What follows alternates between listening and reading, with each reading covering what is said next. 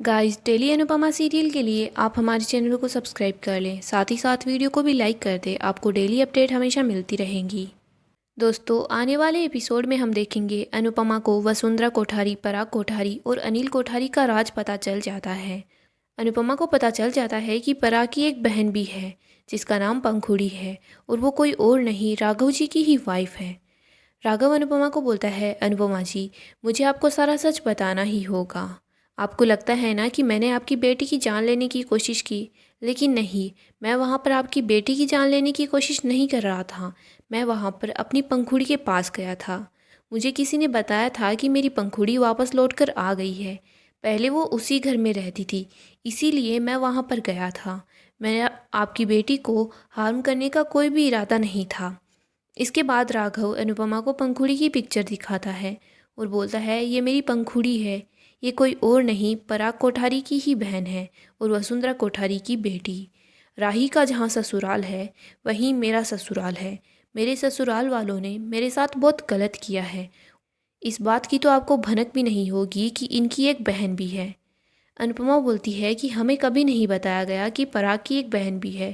राघव बोलता है, अगर ये सच किसी के सामने भी आ जाता तो सबको पता चल जाता कि मैं बेगुनाह हूँ, मुझे बेवजह की सज़ा दी गई है।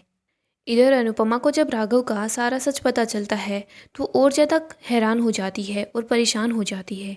वो सोचती है कि मुझे राघव जी से बात करनी चाहिए थी, मैंने ऐसे ही यहाँ पुलिस को इन्वॉल्व कर दिया। बापूजी और किंचल सही बोल रहे थे, राघव कुछ बताना चाह रहा था, लेकिन मैंने तो राघव की बात ही नहीं सुनी। तभी वहाँ पर राही आ जाती है। अनुपमा राघव को लेकर पहले से परेशान होती है। राही बोलती है, मम्मी, आपने मेरे साथ ऐसा क्यों किया?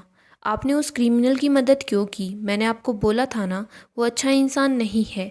मैंने आपको कितनी बार बोला था कि उसे इस घर में अन्नू की रसोई में मत रहने दीजिए, उसे यहाँ से भेज दीजिए, लेकिन आपने तो आपकी बेटी की बात की फिक्र ही नहीं की। आपको आपकी बेटी की जान की परवाह नहीं है क्या? मम्मी, आप हमेशा ऐसा ही करती हो। आप हमेशा दूसरे लोगों की वजह से हमें इग्नोर करती हो। आपने पापा के टाइम पर भी ऐसे ही किया था। आपने दूसरों की वजह से पॉप्स और मुझे इग्नोर किया था, और अभी भी आप यही कर रही थी। आपने मुझे फिर से इग्नोर कर दिया, एक क्रिमिनल की वजह से।